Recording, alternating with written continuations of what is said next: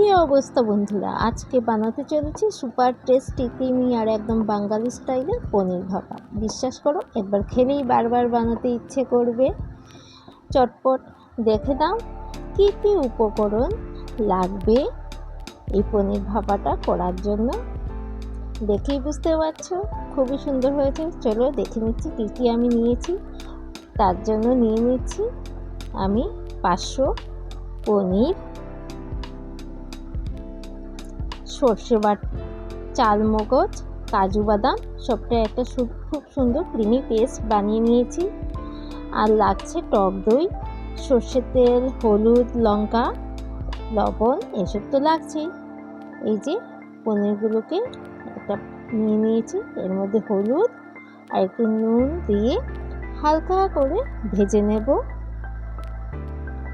তোমরা চাইলে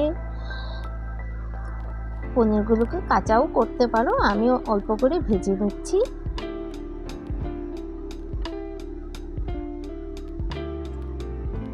কড়াইতে অল্প সরষের তেল দিয়ে নিয়েছি।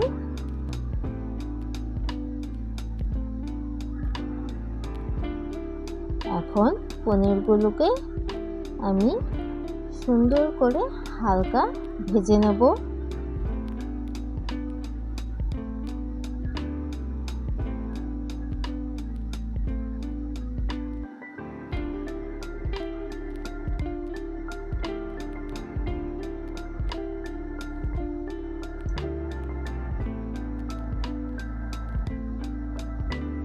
পনিরগুলোকে ভেজে নিচ্ছি।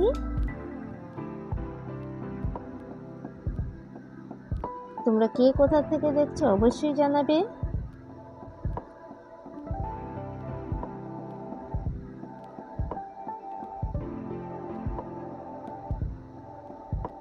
পনিরগুলো ভাজা হলে পনিরগুলোকে আমি তুলে নিচ্ছি।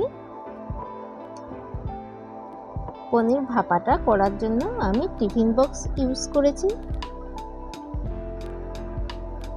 তোমরা চাইলে স্টিমার হোক বা কুকারেও করতে পারো। আমার কাছে টিফিন বক্সটা ছিল, তাই টিফিন বক্সেই আমি করে দেখাচ্ছি।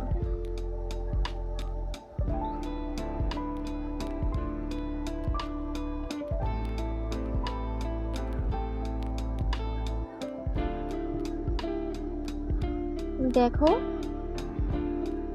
পনিরগুলোর মধ্যে এখন আমি পেস্ট করে রাখা কাজু বাটা, সর্ষে বাটা, চালমগজ বাটা দিয়ে দিচ্ছি।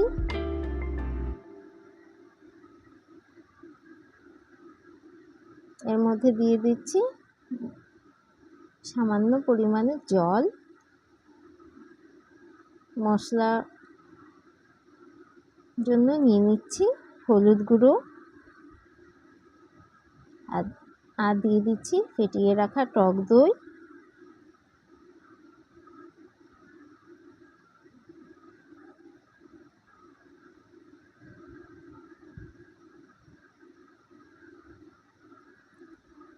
সরষের তেল ফ্লেভারটা একদম লেভেল আপ করে দেবে।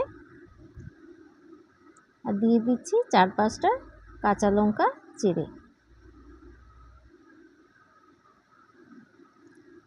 দিয়ে দিচ্ছি স্বাদ মতন নুন। এখন একটু নাড়াচাড়া করে ভালো করে পনিরের সাথে মিক্সড করে নিচ্ছি, যাতে পনিরের গায়ে সব মশলা ভালোভাবে লেগে যায়। এখন একটা কড়াইয়ে জল দিয়ে একটা স্ট্যান্ড বসিয়ে দিয়েছি। এখন টিফিন বক্সটা এর মধ্যে দিয়ে আমি ঢেকে দেব। 15 থেকে 20 মিনিট এভাবে ভাপে বসিয়ে দেব। এই দেখো হয়ে গেছে। এভাবে করে খেয়ে দেখবে, গরম গরম ভাতের সাথে খেয়ে দেখো, একদম স্বর্গের মতন লাগবে। ভিডিওটা যদি ভালো লাগে লাইক, শেয়ার আর সাবস্ক্রাইব করতে ভুলবেন না। গন্ধটাই বলে দিচ্ছে একদম জমে যাবে আজকে ভাতের সাথে।